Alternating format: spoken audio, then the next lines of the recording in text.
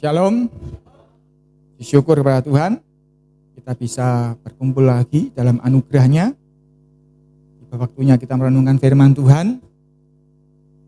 Hari ini saya akan membahas mengenai pujian, dan materinya banyak sehingga mungkin tidak bisa selesai dalam sekali pertemuan, mungkin 2 atau 3 pertemuan, saudara. Ini kita akan bahas dulu mengenai dasar-dasarnya dulu. Supaya kita dalam memuji Tuhan, kita akan mengerti betul hakikat puji Tuhan itu bagaimana. Sebelumnya saya akan membahas dulu sedikit mengenai dalam kebaktian, itu ada 3 pekerjaan yang utama. Kebaktian ibadah seperti ini ya, karena ibadah hidup kita sepanjang hari itu ibadah, tetapi saya akan bahas kebaktian seperti ini. Ada 3 pekerjaan yang utama, yaitu pertama pendoa, kedua pemuji, ketiga pengajar atau pengkhotbah.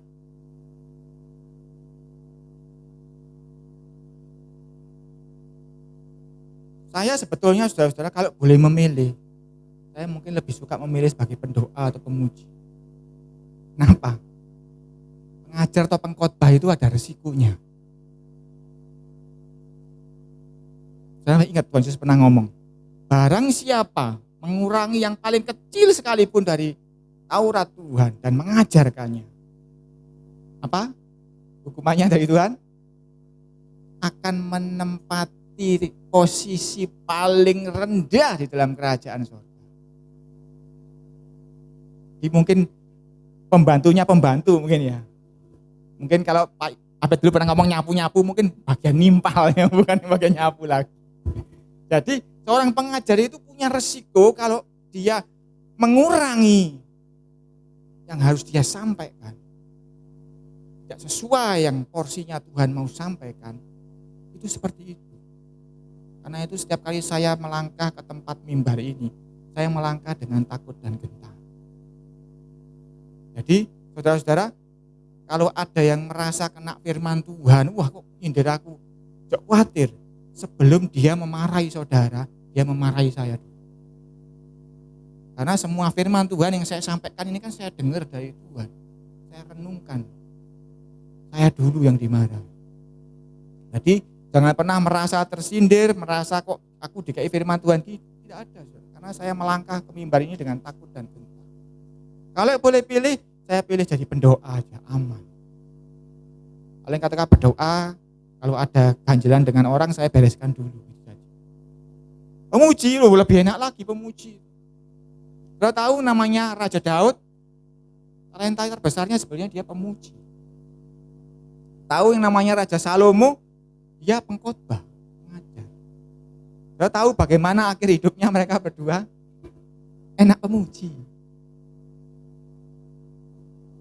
Jadi saudara, saya kepingin ini saudara tahu bahwa pemuji itu posisi yang sangat, ya sebetulnya sangat enak.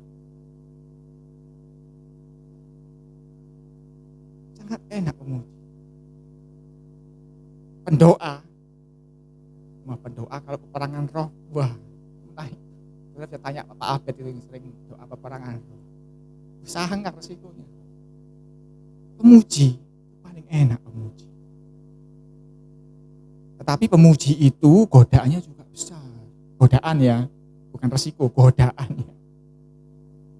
Karena Lucifer itu pemuji Tuhan. Godaannya akan keluar kesombongan. Bagaimana? Saya tidak bahas hari ini. Nah, tapi ada 3 pekerjaan tadi, pendoa, pemuji, dan pengkhotbah atau pengajar. Tetapi yang sudah sering saya sampaikan di sini, menghampiri Tuhan, itu Tuhan berkenan terhadap yang mendengar. Loh Pak, kok enggak ada pekerjaan pendengar? Iya, pendengar itu bukan pekerjaan. Itu tujuan utama kita datang.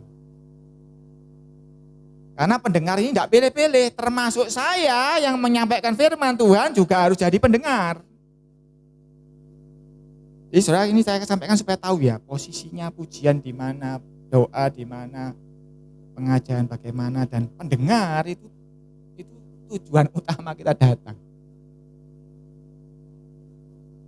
merenungkan firman Tuhan, itu mendengar itu tadi. Kalau saudara masih ingat ya, almarhum papi dan mami ya. Ini dari sisi yang pandang saya ya, saya nggak tahu dari saudara-saudara saya yang lain. Mami itu cenderung ke pemuji dan pendoa. Papi pendoa dan pengkhotbah. Tetapi aneh, papi itu nggak pernah ngajari berkhotbah. Walaupun dia pengkhotbah. Dia ngajari saya itu kasih Alkitab bekasnya dia, baca, renungkan. Minta Roh Kudus pimpin, dengarkan. Jadi papi tidak pernah ngajari saya begitu. Papi ngajari saya untuk dengarkan suaranya, renungkan firman. Pernah dia ngajari saya untuk berkhotbah. Caranya berkhotbah, tekniknya, triknya bagaimana, tidak pernah. Bahkan ketika menugasi saya pun, besok ya kamu khotbah. Ketika sebelum naik, apapun yang kamu siapin, nanti sampaikan yang kamu dengar. Tuh, gitu lagi. Tidak pernah dia mengajarkan berkhotbah. Yang diajarkan, dengarkan, renungkan. Karena itu, ketika kita datang beribadah kebaktian seperti ini, tujuan utama kita adalah mendengar suara Tuhan. Apakah pujian tidak penting? Penting, nanti kita akan makanya bahas. Tapi kita harus tahu posisinya, saudara ya. Bahwa pujian sangat penting, nanti kita akan tahu. Tetapi datang ke rumah Tuhan, datang menghampiri Tuhan, itu tujuan utamanya adalah mendengar. Daud pemuji, Salomo pengkhotbah. Tapi kita lihat pendapat mereka. Mazmur 119, 14-16.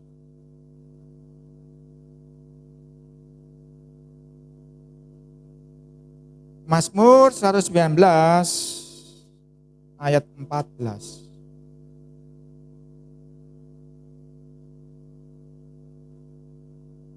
Saya bacakan. Atas petunjuk peringatan-peringatanmu aku bergembira seperti atas segala harta. Jadi Daud itu kalau mendengar firman Tuhan itu seperti terima harta. Luar biasa ya Daud ini. 15. Aku hendak merenungkan titah-titahmu dan mengamat-amati jalan-jalanmu. Aku akan bergemar dalam ketetapan-ketetapanmu. Firman-Mu tidak akan kulupakan. Bergemar menjadi hobi, menjadi kesenangan merenungkan firman Tuhan. Ini pendapatnya seorang pemuji yang luar biasa, yang tiada tandingannya menurut saya.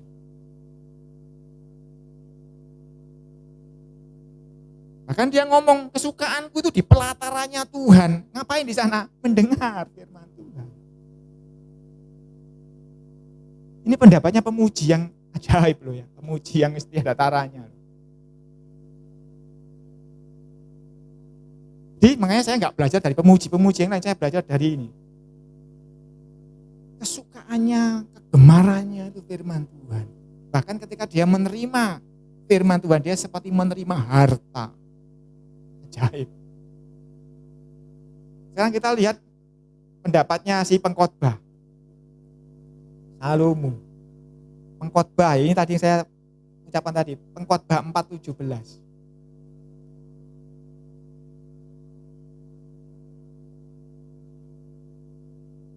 Pengkhotbah 4:17, ini yang tadi saya sampaikan di awal. Jagalah langkahmu kalau engkau berjalan ke rumah Tuhan. Menghampiri untuk mendengar adalah lebih baik daripada mempersembahkan korban yang dilakukan oleh orang-orang bodoh karena mereka tidak tahu bahwa mereka berbuat jahat. Ini pendapat pengkhotbah.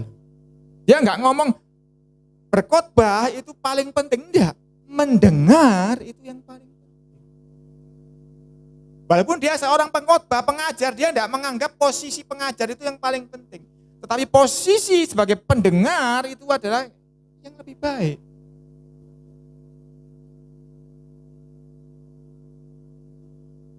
Jadi ketika Tuhan contoh ini ya, saya datang di sini mengajar. Tuhan akan lebih menghargai saya mendengar ketika saya mengajar ini. Jadi saya mengajar, saya juga mendengar. Begitu pula semua jemaat pasti harus mendengar. Ini pendapatnya pengkhotbah loh. Dia tidak menganggap khotbah itu yang paling penting. Mengajar, berkhotbah itu paling penting. Dia posisi paling penting adalah pendengar. Pendapat dari pemuji yang ajaib tadi juga mendengar.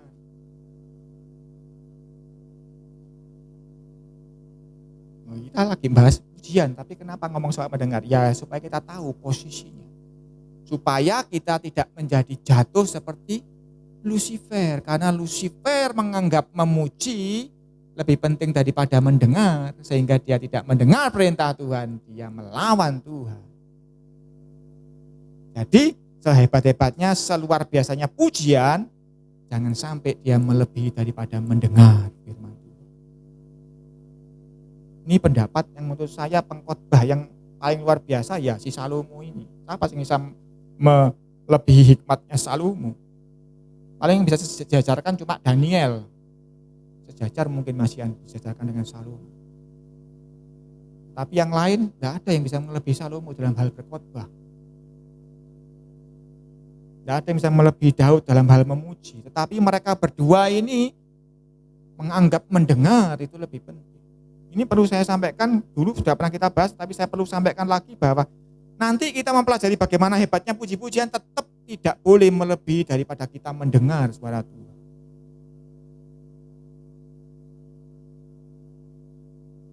Nah sekarang kita mulai masuk dalam materi pujian. Apa sih pujian itu? Supaya kita tidak salah mengerti soal pujian dan penyembahan ini. Pujian itu apa? Saya kasih dulu sebuah ayat yang mungkin ini jarang mungkin orang merenungkannya soal pujian. Imamat 19.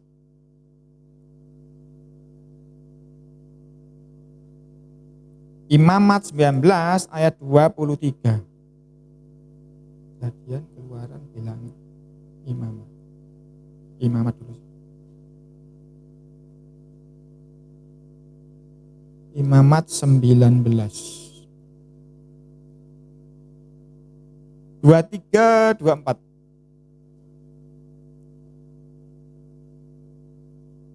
Saya perhatikan ini firman Tuhan loh ya ini, yang Tuhan perintahkan melalui Musa kepada orang Israel.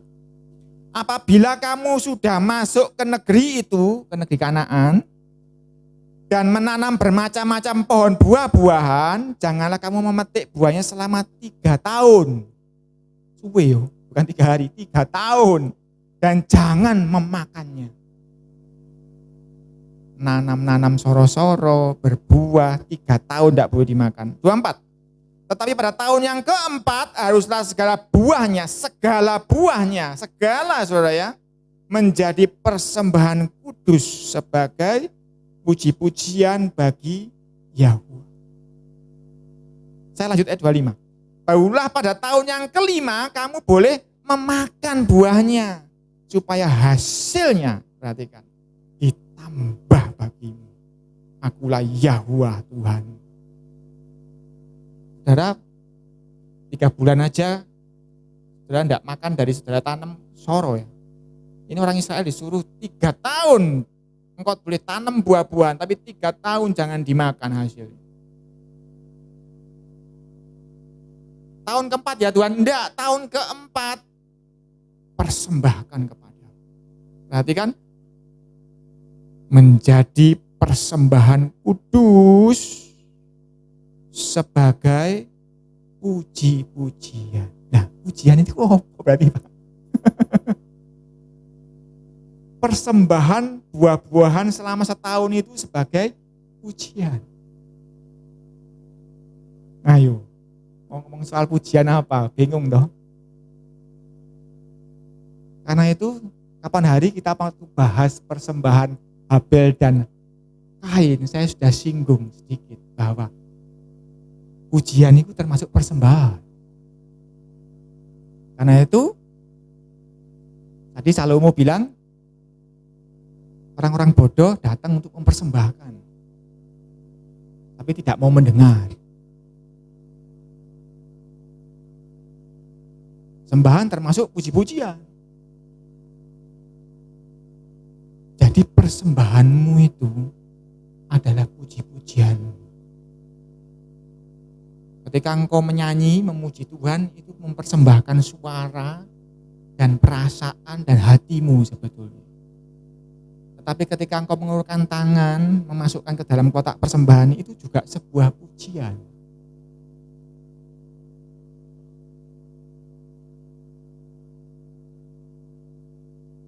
Dan kita sudah bahas, waktu kita bahas mengenai persembahannya Habil dan Kain, Tuhan berkenan kepada persembahan dari orang-orang yang benar. Jadi persembahan itu bukan melulu pada saat menyerahkan persembahan, tetapi dinilai Tuhan selama dia hidup, sehari-hari dia hidup, itu bagaimana.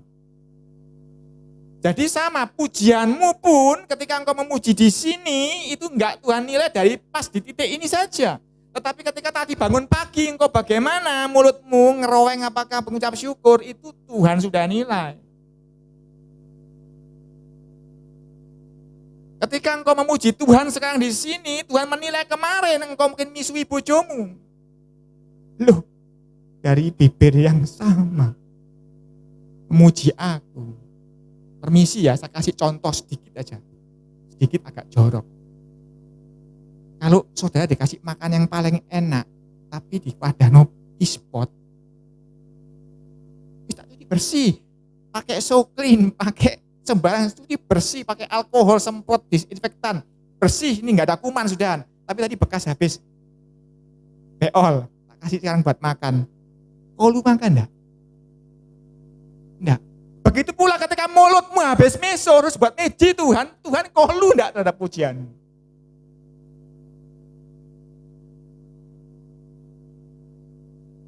Ketika mulutmu habis bersumpah serapah, habis ngomong yang tidak baik, kau lu enggak Tuhan mendengar pujian.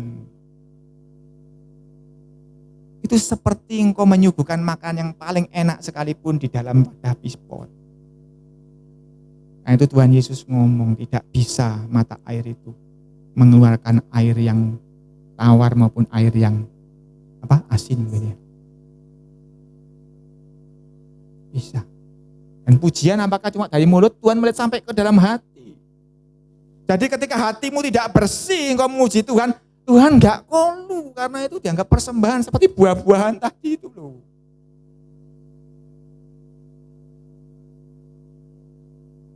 Jadi jangan dikira engkau sudah memuji Tuhan dengan suara merdu, dengan luar biasa penyembahanmu, jangan dikira Tuhan pasti senang. Jangan dikira.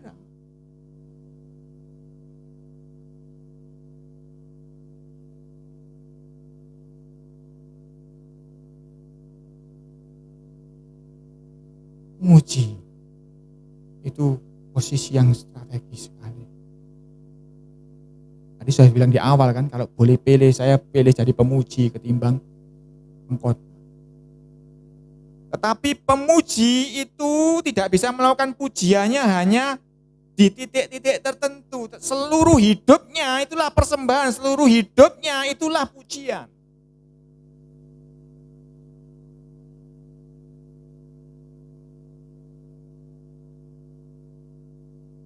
Kalau kita 3 hari tidak makan buah-buahan, lalu hari keempat kita mempersembahkan buah-buahan itu, mungkin masih oke. 3 tahun tidak makan buah-buahan itu apa enggak lihat buah itu ngiler ngeces kan? Tetapi apa yang dia ingini, dia persembahkan kepada Tuhan. Apa yang dia ingini, 3 tahun itu enggak disape itu kemecer saudara-saudara. Saudara yang suka sesuatu, ditahan 3 tahun tidak makan, pasti sudah ndelok ini ngiler-ngiler.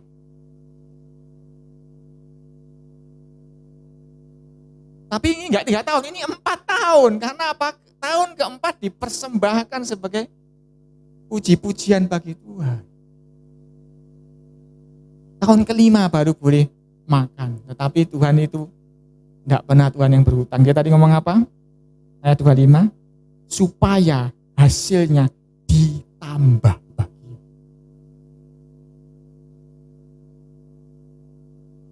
Tadi ada pujian, apa yang tak pernah kita pikirkan, kita bayangkan, kita dengar.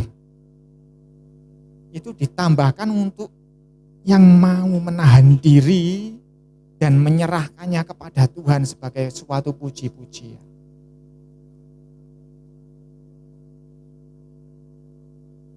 Kalau engkau disakiti orang, engkau kepinginnya misui toh, tapi kalau engkau menahannya, seperti menahan makan buah 3 tahun. Tuhan, gengsiku aku persembahkan untukmu. Aku diam, tutup mulut, jangan sampai keluar mulutku yang untuk memuji ini, untuk keluar perkataan-perkataan comberan. Itu Tuhan akan menambahkan nanti kepada saudara yang seperti pujian. Kalau enggak, jangan harap. Poin pertama, pujian itu persembahan. Dan berarti seluruh hidup kita itu adalah pujian. Tahu saudara namanya persembahan, kata dasarnya sembah. Jadi persembahan itu adalah suatu upaya menyembah Tuhan. Penyembahan. Karena itu sebetulnya praise and worship. Ya itu jadi satu sebetulnya. Pujian itu ya penyembahan. Pujian itu persembahan. Dari kata sembah keluar penyembahan, keluar sembahyang. Sama, semuanya adalah persembahan. Semuanya upaya dari menyembah Tuhan. Buka sebuah contoh, Mazmur 34.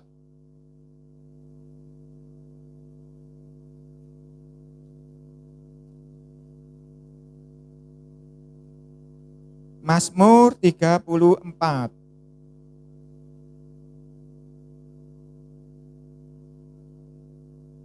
Baca ayat 1 ya.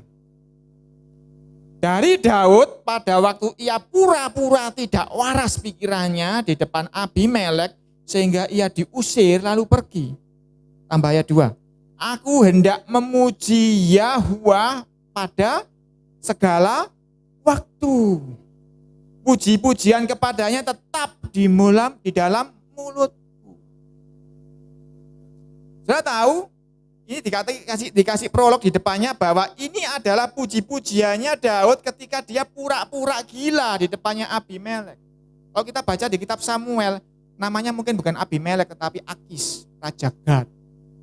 Waktu itu Daud dikejar-kejar, Salomo kemana ada dikejar. Sampai akhirnya dia memutuskan mengungsi ke Gad, daerah Filistin. Salah satu raja Filistin namanya Akis atau Abimelek ini adalah raja daerah Gad. Dan dia di sana karena dia ini biasanya menghancurkan tentara Filistin, maka orang-orang lihat, loh ini kan Daud. Ini biasanya menghancurkan orang Filistin. Dia akhirnya karena takut, kepepet kan di sana ada Saul, di sini ada orang Filistin, dia pura-pura gila. Ngiler-ngiler, kalau sudah baca di Samuel, dia sampai ngiler-ngiler gitu, pura-pura gila. Artinya apa? Daud dalam posisi tidak enak. Daud dalam posisi tertekan, Daud dalam posisi stres berat. Dalam posisi seperti itu dia ngomong, aku hendak memuji Yahwa pada segala waktu. Di waktu aku senang aku puji Tuhan, pada waktu aku stres aku puji Tuhan, pada waktu aku terpuruk aku tetap puji Tuhan. Karena apa? Memuji Tuhan itu adalah persembahan. Persembahan itu dinilai dalam seluruh hidup kita. Karena Tuhan berkenan bukan kepada persembahannya, tetapi siapa yang mempersembahkan? Orang benar apakah orang fasik? Nah itu Daud memutuskan, aku hendak memuji dia setiap waktu. Waktu aku susah, waktu aku sendirian, waktu aku sedih, waktu aku senang, aku memuji Tuhan.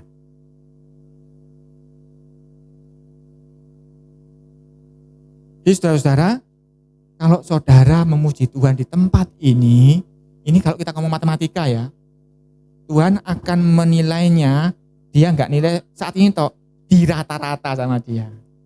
Mulai minggu lalu, keluar dari gereja ini, sampai sekarang memuji Tuhan, tak rata-rata pujiannya. Lihatlah minggu toh, Senin sampai Sabtu gini, rata-ratanya piro endek, rata-ratanya. Karena Tuhan akan menilai pujian kita semua ini berdasarkan setiap waktu.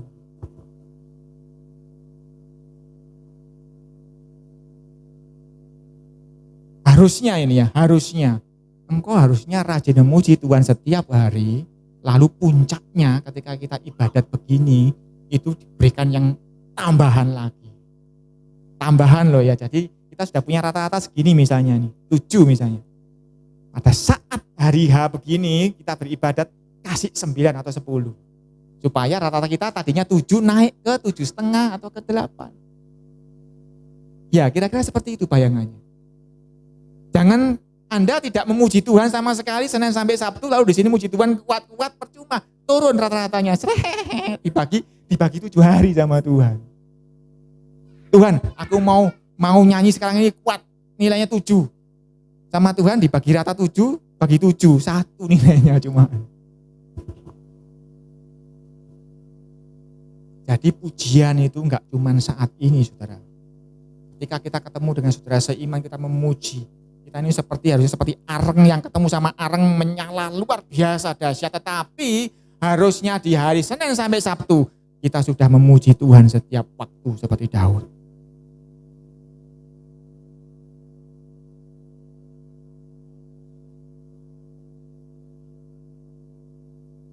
Kita masuk ke poin kedua.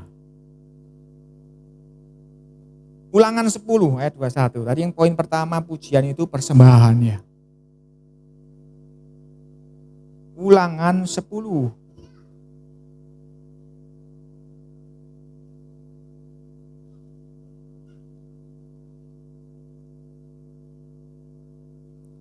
Ayat 21. Saya bacakan. Dialah pokok puji-pujianmu dan dialah Tuhanmu yang telah melakukan di antaramu perbuatan-perbuatan yang besar dan dahsyat yang telah kau lihat dengan matamu sendiri. Ini Tuhan berbicara perantaraan Musa ngomong kepada orang Israel, dia ngomong yang telah kau lihat dengan matamu sendiri karena memang mereka melihat bagaimana dahsyatnya Tuhan. Saudara yang belum melihat kedahsyatan Tuhan harus belajar mencari supaya melihat kedahsyatan Tuhan. Tapi sebelum melihat kedahsyatan Tuhan berarti nggak muji, enggak, tetap memuji ya. Saudara lihat kedahsyatannya Tuhan di dalam Alkitab ini. Jadi ketika engkau memuji Tuhan tidak akan lepas dari merenungkan firman Tuhan. Karena itu seorang pemuji yang dahsyat tadi Raja Daud tidak lepas dari merenungkan firman Tuhan.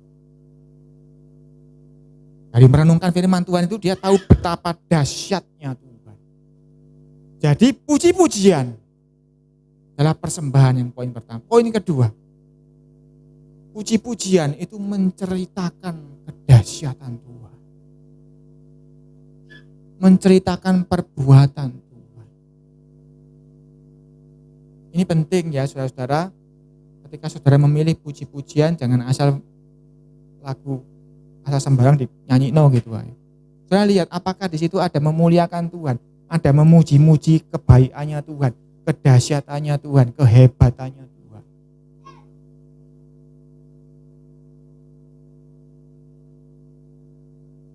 Jadi puji-pujian ini menceritakan kebaikannya.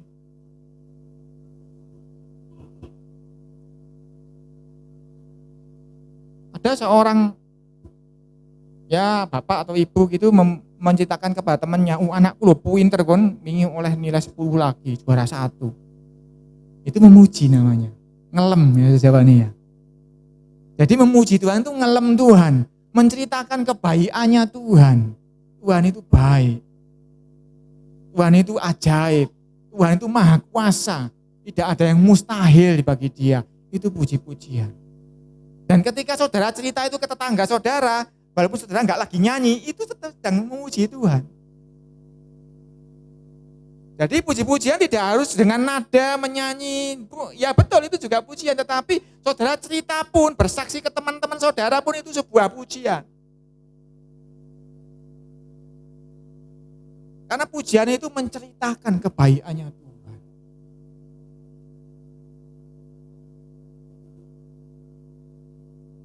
Aku sebetulnya gak kuat ke gereja, tapi puji Tuhan aku dikuatkan.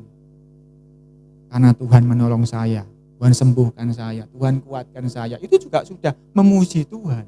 Karena saudara ngomong bahwa bukan kita kekuatan kita, tetapi Tuhan yang menguatkan. Nah itu sudah sebuah pujian. Jadi, Pak, memuji di setiap saat, kata Daud tadi ya apa Pak? Loh, saudara ngomong sama teman saudara loh, iya aku tadi tidak bisa, aku sakit tapi sembuh, puji Tuhan. Itu sudah memuji Tuhan.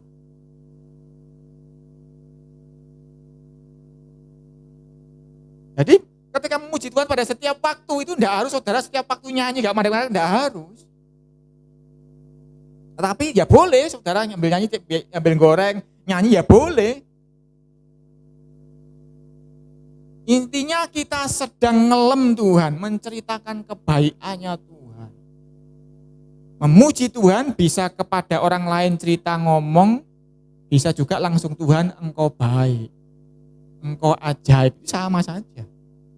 Seperti kita memuji seorang, ganteng kamu, kamu cantik, ya itu juga kamu kaya, itu kan muji sudah. Bisa langsung ke orangnya, bisa diceritain orang itu loh baik, orang itu loh kaya, sama saja. Tetapi isinya kita menceritakan kebaikan orang itu, menceritakan kehebatannya orang itu. Dan ketika kita memuji Tuhan, ini perhatikan ya, ketika kita sedang menyombongkan diri, itu seperti sedang mengempesi pujian kita. Aku kok, nah itu sudah pujianmu yang tadi kempes semua sudah, seperti bikin roti bantat semua sudah. Tadi habis ngomong, Tuhan engkau baik, engkau dahsyat, hanya engkau kekuatanku. Sampai situ di depannya temannya, aku kempes sudah pujiannya. Karena engkau sedang tidak menceritakan kebaikan Tuhan, engkau sedang menceritakan kehebatanmu sendiri. Kempes sudah, bantat pujiannya yang tadi sudah. Jadi kita harus tahu bahwa memuji Tuhan itu sedang menceritakan kebaikannya Dia. Pak, aku loh gak tahu mengalami kebaikannya Tuhan, bener tak? Datang ke rumah sakit, oksigen itu tabung regone piro, kamu sudah bisa napas pagi ini, itu harga berapa, itu kebaikannya Tuhan.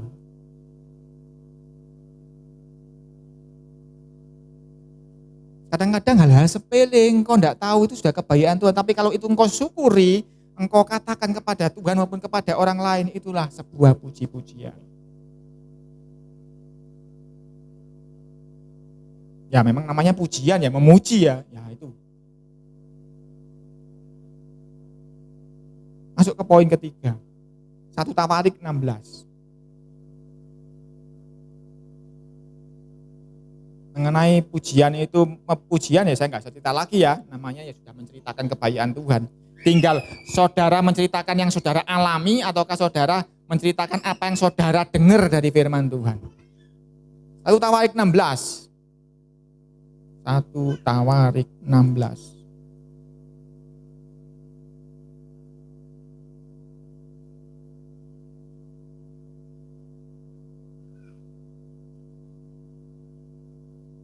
Ayat 4.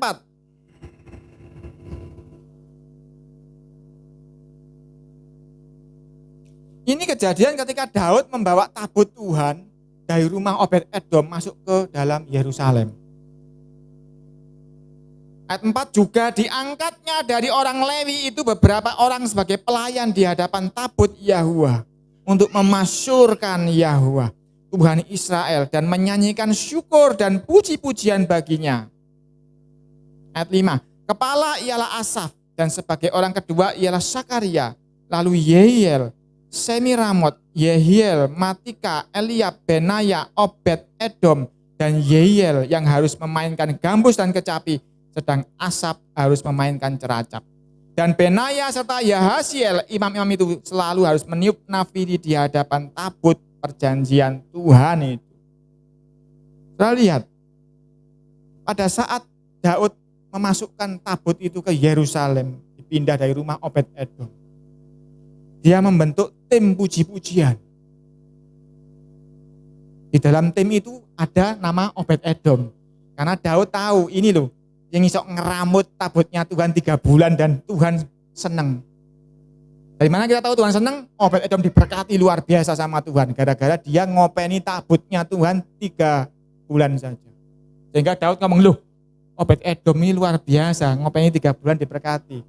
Tak bawanya lah tabut itu ke dalam kotaku, dalam kerajaan. Dan ketika Daud mengambil tabut itu, Dia menyiapkan tim puji-pujian, yaitu dikepalai oleh Asaf. Dikatakan tadi di ayat 6, selalu harus meniup nafiri di hadapan tabut Tuhan. Jadi di hadapan tabut Tuhan itu ada yang selalu niup, toet, toet. Gitu.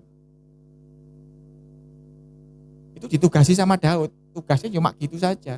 Ada yang memuji Tuhan, ada yang nyanyi dengan ceracap, ada yang apa. Tugasnya di depannya tabut Tuhan itu dia memuji Tuhan. Dan tadi ayat 4 dikatakan, di hadapan tabut Yahuwa untuk memasyurkan Yahuwa Tuhan Israel dan menyanyikan syukur dan puji-pujian baginya. Ada satu poin lagi, kita sekarang tahu bahwa yang namanya pujian itu tidak lepas dari namanya ucapan syukur.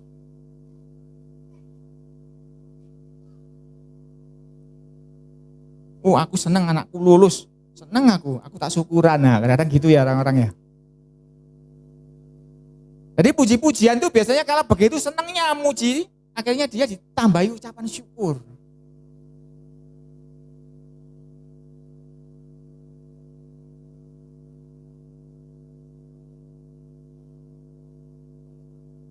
Lanjut ayat ke-7. Kemudian pada hari itu juga, maka Daud untuk pertama kali, sebelumnya berarti belum pernah ya, menyuruh Asaf dan saudara-saudara sepuaknya menyanyikan syukur bagi Yahuwa. Daud ini luar biasa, pemuji yang inovasi sekali. Untuk pertama kalinya, dia menyuruh Asaf untuk menyanyikan syukur bagi Yahuwa.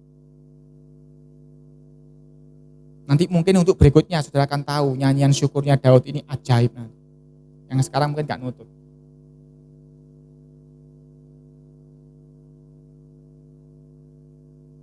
Kita buka coba nyanyian syukurnya Daud ini.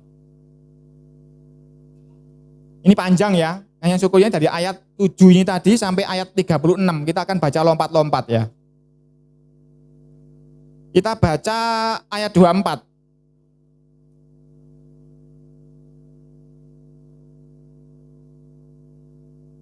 Ayat 24 ya. Ceritakanlah kemuliaannya di antara segala bangsa, di antara bangsa-bangsa. Ini dibikin lagu ya. Ceritakanlah kemuliaannya, ya ada lagu itu ya. Dan perbuatan-perbuatannya yang ajaib di antara segala suku bangsa.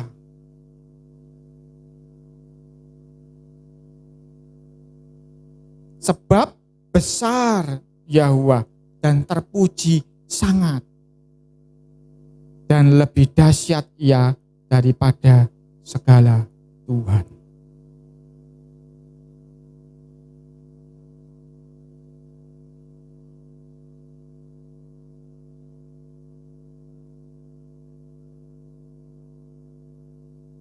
Isinya tadi kan dikatakan bahwa menceritakan kebaikannya Tuhan. Dan berarti ketika kita menyanyikan syukur, itu ada pengagungan kepada Tuhan. Ceritakan dari segala bangsa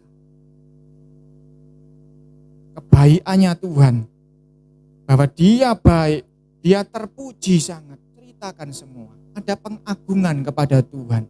Tahu namanya pengagungan? Pengagungan berarti itu agung kata artinya apa? Besar.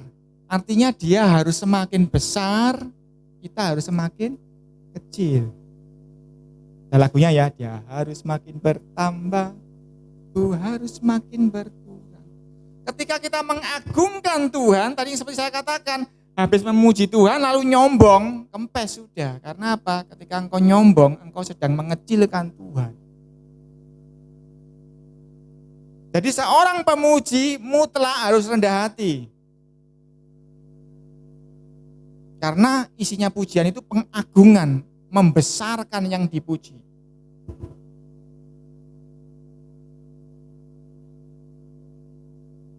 Saya kelewatan, saya kembali ke ayat 8. Ayat 8, bersyukurlah kepada Yahuwa, panggilan namanya, perkenalkanlah perbuatannya di antara bangsa-bangsa, bernyanyilah baginya, bermazmurlah baginya, percakapkanlah segala perbuatannya yang ajaib. 10. Bermegahlah di dalam namanya yang kudus, biarlah bersuka hati orang-orang yang mencari Yahweh. Di dalam puji-pujian itu harus ada suka hati. Jadi kalau engkau tidak lagi bersenang-senang, engkau bisa muji Tuhan enggak? Mungkin mulutmu bisa, tapi hatimu kan enggak bisa. Jadi ketika datang ke rumah Tuhan, hatimu itu harus sukacita. Hatimu harus gembira. Karena dikatakan di sini bersuka hati. Biarlah bersuka hati orang-orang yang mencari Tuhan. Jadi dalam pujian, dalam ucapan syukur itu harus ada namanya suka hati. Ada enggak orang syukuran hatinya ngenes? Enggak syukuran namanya itu. Yang namanya syukuran itu hatinya lagi gembira, lagi senang.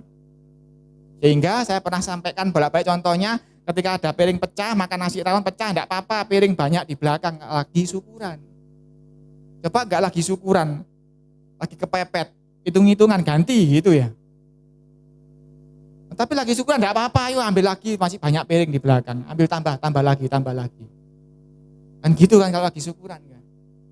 Jadi ketika memuji Tuhan, hati ini harus bersuka cita. Hati ini harus bergembira di dalam Tuhan. Nah ya apa Pak, seperti Daud tadi sampai ngiler-ngiler, sampai ketakutan. Ya dia memaksa hatinya untuk bersuka cita. Kalau enggak, dia jadi orang munafik dan memuji Tuhan, tapi hatinya enggak memuji Tuhan. Hatinya harus bergembira karena Tuhan. Dia harus paksa dirinya untuk bergembira karena Tuhan. Jadi hati harus bersuka cita. Karena itu ada lagu ya, lagu lama ya. Puji Tuhan pada tiap hari. Puji Tuhan usir kegelapan. Sebetulnya ketika engkau mulai melangkah, memuji Tuhan, kesusahan hatimu akan diambil sama Tuhan. Saya masih ingat mengenai karunia, yang kita sudah bahas. Karunia itu kapan diberikan? Ketika engkau mulai melangkah membutuhkan karunia itu. Ketika memuji Tuhan perlu yang namanya sukacita. Engkau sedang sedih, engkau sedang tertekan, pujilah Tuhan. Engkau ketika engkau memuji Tuhan, jubah pujian akan dikenakan kepadamu, engkau akan diberi sukacita sama Tuhan. Yang pernah mengalami ini pasti mandu-mandu. Ketika engkau bersedih, apakah tidak boleh nyanyi? Itu waktunya engkau untuk memuji Tuhan.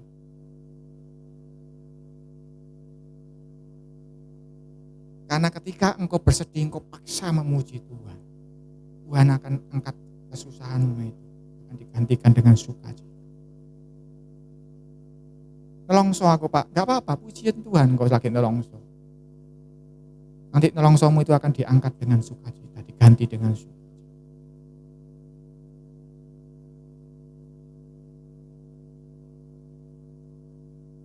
Dan tadi yang kedua kita baca ayat 24, pujian itu, syukur itu pengagungan kepada Tuhan.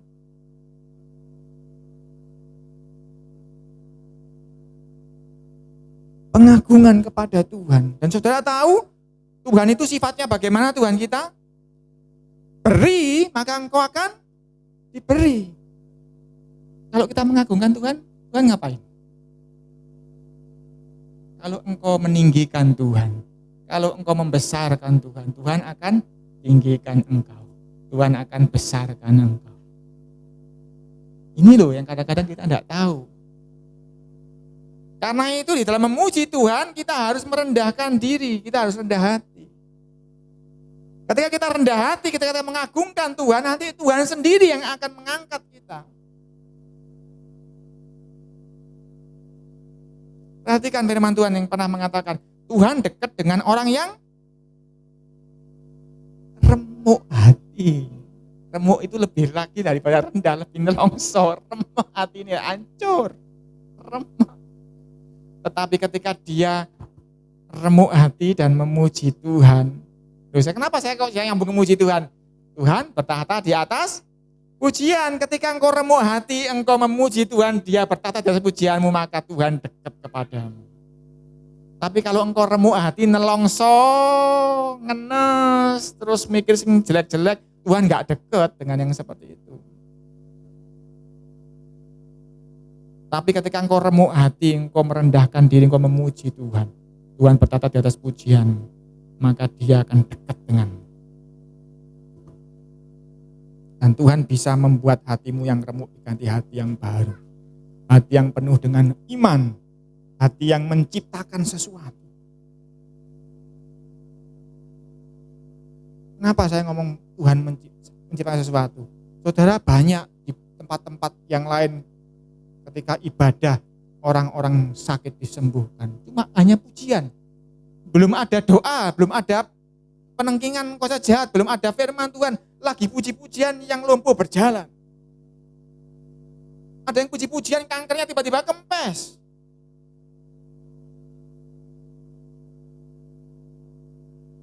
Tapi puji-pujian yang bagaimana? Puji-pujian yang dipenuhi dengan sukacita.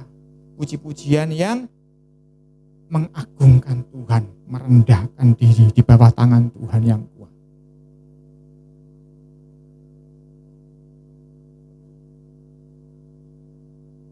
Kita baca ayat 29. Ini juga dibikin lagu ini ya. Berilah kepada Yahuwah kemuliaan namanya. Bawalah persembahan dan masuk menghadap Dia. Sujud menyembah kepada Yahuwah berhiaskan kekudusan. Di sini sekali lagi disebutkan bahwa pujian itu adalah membawa persembahan. Tetapi kita harus tahu ketika kita membawa persembahan itu, tempat persembahannya harus kudus. Jangan engkau bawa persembahan yang mulia tapi diwadahi pispot tadi itu. Engkau harus membawa persembahanmu di dalam wadah yang kudus. Karena itu yang kita bahas dalam persembahannya Habel dan Kain, kita tahu bahwa Tuhan menghargai siapa yang mempersembahkan. Karena siapa itu adalah wadah persembahan itu. Ketika orang yang mempersembahkan ini orang yang baik, itu seperti piring keramik yang bagus itu loh. Walaupun isinya pecel tapi lebih tambah enak karena piringnya yang bagus. Tapi walaupun isinya stik daging, tapi kalau diadai pispot ya enggak perlu makan. Karena itu walaupun suaramu mungkin rodok-rodok fales, enggak apa-apa, asalkan wadahnya bagus.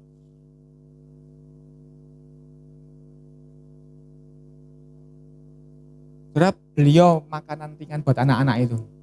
Isinya 5 biji, plastiknya digembung bagus gitu ya. Anak-anak suka ngelihat wadahnya dulu kan. Padahal di sini memang gelintir dipangan di entek. Saya makan bungkus itu ya, snack bunder-bunder itu ya sama istri saya, lagi dibuka gini. Loh kok entek. Dimakan 2 orang isinya mungkin enggak sampai 10 ya, cuma 8 atau berapa. Tapi wadahnya kan bagus, dikembungkan gitu. Wadah ini bikin orang kolu enggak kolu, saudara. Dan ini Tuhan ngomong, sujud menyembah kepada Dia dengan berhiaskan kekudusan. Ini bicara ketika kita mengucap syukur. Ini kan nyanyian syukur yang kita bahas ini. Nyanyian syukurnya Asaf ini. Di dalam pengucapan syukur Tuhan juga minta kekudusan. Tuhan minta pengagungan. Tuhan minta hati yang bersukacita. Tuhan minta kekudusan.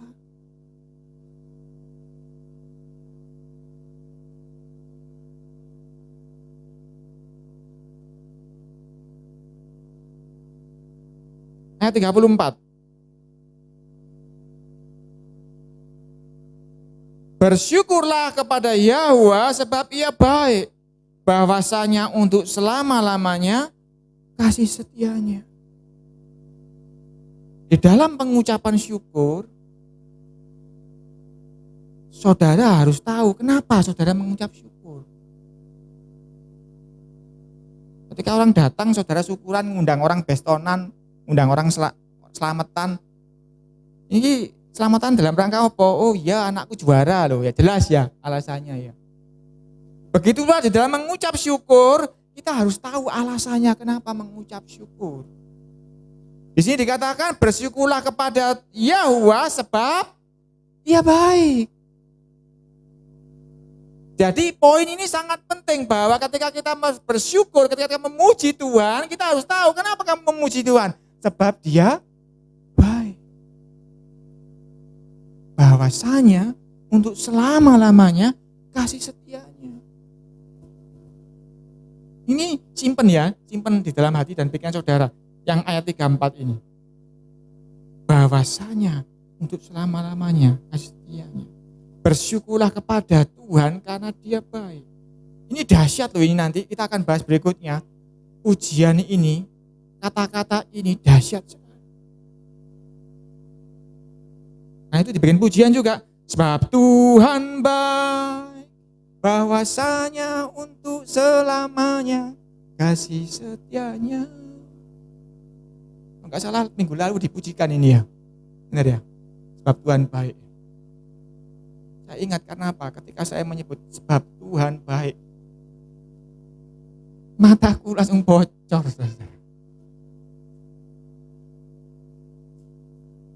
Saya langsung nggak sanggup nyanyi, saya nangis. Ketika saya ngangkat tangan sebab Tuhan baik, itu kebayang semua. Dari masa kecil saya yang sakit tidak sembuh-sembuh.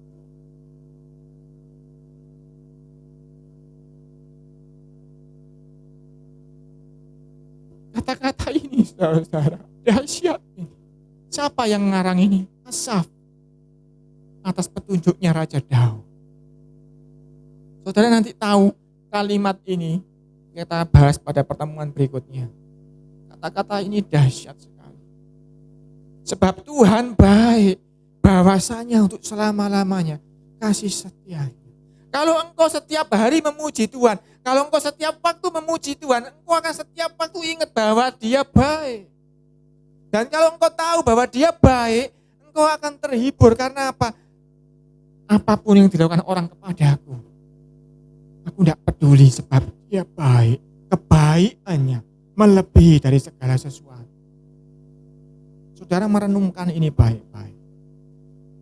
Saudara tidak akan pernah nelongso, tidak pernah. Karena apa? Kebaikannya Tuhan itu lebih daripada semua yang ada. Yang jahat, yang tidak enak, yang tidak baik, yang saudara alami akan terhapus dengan sebab Tuhan baik.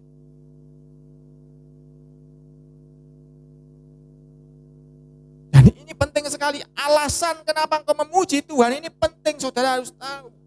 Karena ketika Tuhan menilik ke dalam hatimu, ketika engkau memuji Tuhan, Dia melihat, apa sih orang ini memuji Tuhan?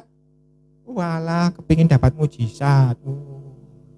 Walah, kepingin ini. Tapi ketika Dia melihat, karena aku baik. Karena aku baik. Itu akan berbeda, Tuhan akan melihat pujianmu, saudara.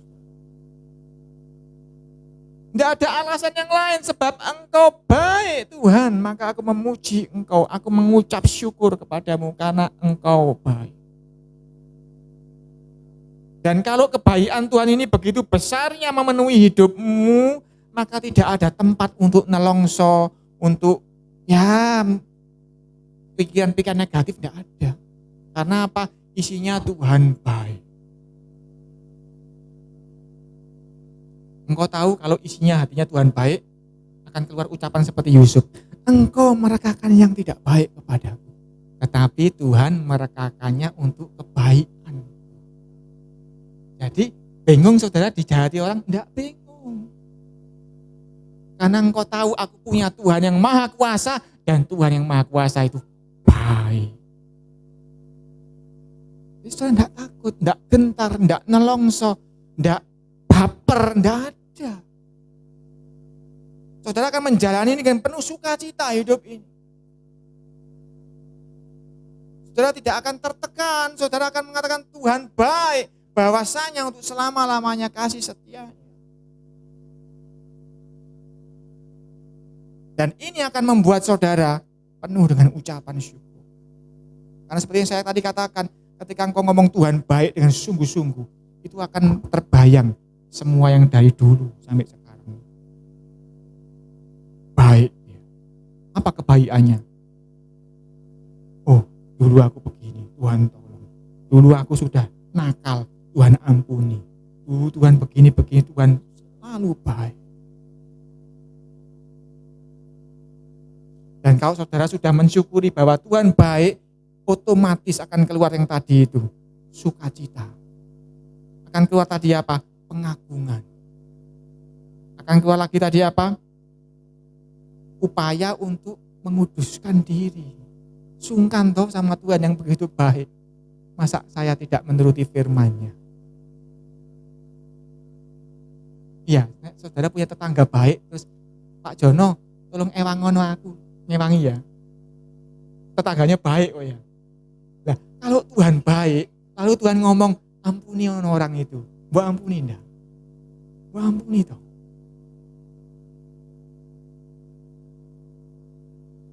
Jadi ketika saudara sadar bahwa Tuhan itu baik, itu akan mempengaruhi seluruh hidupmu.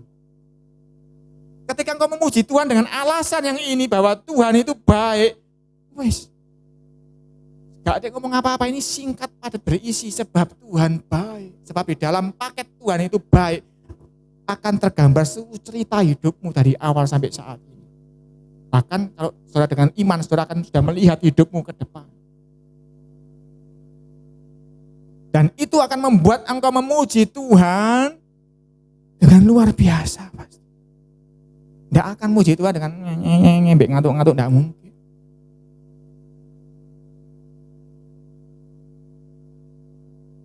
Kalau engkau misalnya tadi contoh Pak Jono membantu, dimintai tolong sama tetangganya. Nek tetangganya itu baik. Ngewang ini teman-teman apa enggak Pak?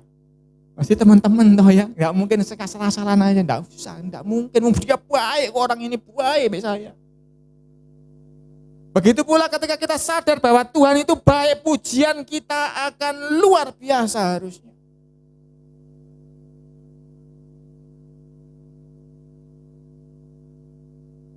Kasarannya ngomong ini ya, saudara kalau pernah baca komik Asterix ya, ada seorang penyanyi yang selalu di akhir cerita dibungkem karena suaranya fals ya, tetapi dia gitu. Kasarnya ngomong apa? Kalau ada tangan yang bungkem mulutmu, kau akan tetap nyanyi muji Tuhan. Dan pujian-pujianmu akan berbeda. Saudara masih ingat dulu pernah saya nyetop pujian, saya naik di sini nyanyi. Saya sebetulnya gregeten, tetapi Tuhan ngomong belum waktunya, sudah. Sabar. Dan ini waktunya, saat ini sudah waktunya saya menyampaikan kepada saudara. Engkau harus memuji Tuhan dengan alasan sebab dia baik. Kalau dia baik, engkau akan melakukannya dengan luar biasa. Kalau engkau merasa Tuhan itu begitu baiknya sampai aku gak bisa bayar balas budi pada dia, engkau akan melakukan semuanya luar biasa buat dia.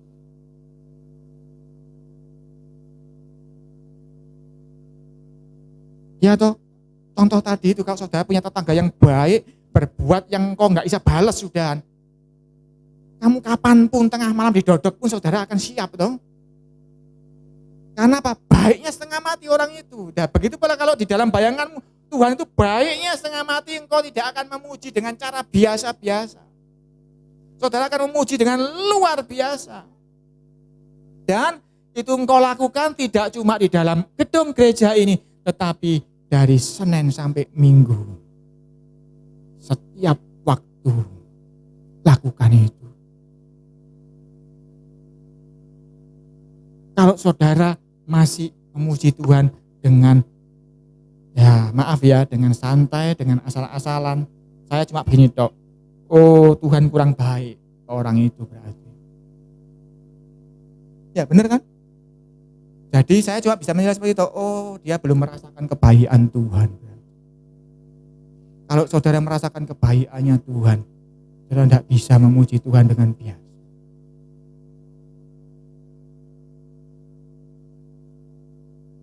Saya dari kecil punya kebiasaan tidak baik ya, nggak baik ya. Jangan ditiru ya. Dari kecil remaja dulu di sini pemuda, kebagian pemuda. Saya kalau nyanyi saya kepingin lebih keras daripada alat musik ini. Saya kepingin lebih keras daripada pemimpin pujian. Saya nyanyinya ngotot, saudara-saudara. Saya sekarang sudah tidak bisa suara tiga. Dulu saya bisa suara tiga masih muda. Dan kalau suara tiga itu kan melengking, pasti tidak mungkin orang nggak dengar. Tapi itu masih muda. Dulu saya belum tahu bagaimana memuji Tuhan itu tidak seperti itu. Tetapi kenapa saya cerita? Karena ternyata ada satu poin di situ bahwa saya menyanyinya itu dengan sekuat tenaga. Walaupun mungkin motivasinya tidak baik. Tapi saya ada poin di situ bahwa saya nyanyinya dengan sekuat saya nyanyi. Sebantere saya bisa bersuara.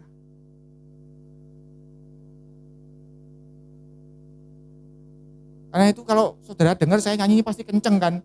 Ya tapi sekarang enggak seperti muda dulu, enggak kepingin lebih kenceng dari enggak. Memang saya sekuat tenaga saya. Saya dulu masih muda kepingin lebih banter daripada drum ini bila perlu. Tetapi satu poin yang saya masih pegang, saya harus menyanyi dengan sekuat tenaga saya. Ingat ya, ukuran yang kamu pakai, Tuhan akan pakai kepadamu.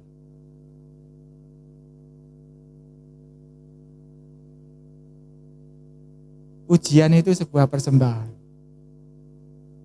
Masih ingat yang ayat apalanya papi? Akan disediakan sebuah takaran yang digoncang-goncang. Kalau takaranmu cuwi sakmene digoncang-goncang ya sakmene gak ada. Tapi kalau takaranmu besar, kalau engkau menyanyi memuji Tuhan dengan sekuat tenagamu, kira-kira Tuhan nolong engkau sekuat tenaga. Karena ukuran yang engkau pakai akan dipakaikan kepadamu. Jadi jangan malu. Di tempat ini tidak usah malu, suaraku gak sepiro enak pak. Tapi iso banter kok nyanyi ini.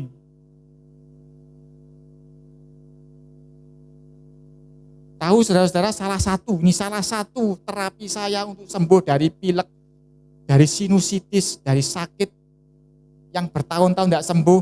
Saya nyanyi dengan keras sehingga paru-paru saya terkembang dengan kuat. Sehatlah saya, paru-parunya. Karena saya selalu nyanyi dengan kuat, ngotot, ngembang dengan keras. Jadi kalau nyanyi sampai gini paru-parunya, perut saya tekan sampai paru-parunya mengembang. Saya dulu sedikit belajar di paduan suara ya, pakai teknik perutnya neken gini, paru-parunya ngembang.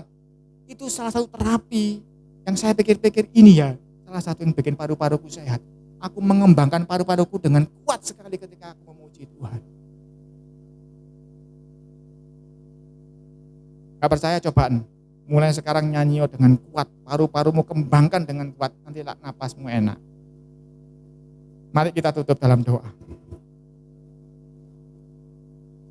Kita simpan saudara ya, sebab Tuhan baik bahwasanya untuk selama-lamanya kasih setianya. Ini akan nyambung ke pembahasan berikutnya. Nemeke namo sitara karana maso nama kirata namase namora namase. Haleluya. Tuhan, terima kasih Tuhan. Kami sudah boleh masuk mengenai materi puji-pujian Tuhan. Tuhan, Engkau buat pengerti semua yang sudah mendengar. Karena puji-pujian itu tidak hanya sebuah pujian saja, tetapi menyangkut hidup kami sepanjang waktu. Pujian itu sebuah persembahan. Persembahan itu adalah seluruh hidup kami Tuhan. Sebab kami sudah berkomitmen untuk mempersembahkan tubuh kami sebagai persembahan yang hidup, yang kudus, yang berkenan di hadapan-Mu Tuhan. Hari ini supaya semua yang sudah mendengar boleh mengerti apa hakikat puji-pujian itu Tuhan. Supaya kami boleh belajar memuji dengan penuh sukacita seperti Daud. Supaya kami boleh belajar memuji dengan penuh ucapan syukur seperti Daud. Dan kami juga boleh memuji penuh kuasa seperti Daud. Rana masih metekina musa rana maseka. Tuhan buat kami mengerti bahwa puji-pujian ini adalah seluruh hidup kami Tuhan di hadapan-Mu. Haleluya. Dan buat kami mengerti Tuhan bahwa pujian itu adalah karena Engkau baik Tuhan.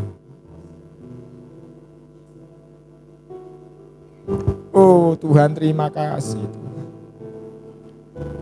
Sebab Engkau baik Tuhan. Kalau kami boleh berdiri di hadapan-Mu pada saat ini sebab Engkau baik Tuhan. Patutlah kami memuji, membesarkan nama-Mu dengan sekuat tenaga. Menaikkan syukur kami dengan sekuat tenaga Tuhan. Karena kami juga tidak punya apa-apa yang cukup berarti untuk dipersembahkan kepadamu Tuhan. Tapi kami punya mulut yang masih bisa bersuara. Kami punya hati Tuhan yang bisa berseru wasiat Tuhan. Dan biar setiap pujian kami, baik di dalam rumah ibadah ini maupun di hari-hari di dalam rumah kami, dalam pekerjaan kami, di tengah jalan, dimanapun ketika kami memuji Tuhan, menjadi suatu persembahan yang berharga di hadapan-Mu. Biarlah kami boleh belajar memuji Tuhan yang menyenangkan Engkau Tuhan. Biarlah kami boleh menahan diri Tuhan seperti bangsa Israel 3 tahun tidak makan buah-buahan itu. Tahun keempat kami persembahkan sebagai pujian kepadamu. Ajar kami menahan diri dalam setiap apapun Tuhan. Ajar kami berpuasa, tidak hanya puasa makan, tapi puasa hati kami, puasa pikiran kami, menahannya untuk bisa bersukacita memuji Engkau Tuhan. Dan biarlah Engkau izinkan kami selalu mengenakan jubah puji-pujian kepadamu Tuhan. Sebab kami tahu pujian ini menyenangkan Engkau Tuhan. Tapi biarlah kami tetap Tuhan berfokus untuk mendengarkan Engkau Tuhan. Supaya kami tidak salah Tuhan dalam memuji dan menyembah Engkau. Hamba-Mu selesai berbicara. Walaupun topiknya belum selesai Tuhan. Tetapi sebagian yang sudah disampaikan ini. Biar mengerjakan perkara-perkara besar dalam hidup kami semua Tuhan. Supaya kami memuji dengan cara yang berbeda Tuhan. Dengan pengertian berbeda. Dengan alasan yang berbeda. Dengan situasi hati dan pikiran yang berbeda Tuhan. Sebab kami mau menyenangkan-Mu Tuhan. Terima kasih Tuhan. Di dalam nama Yesus. Haleluya. Amin.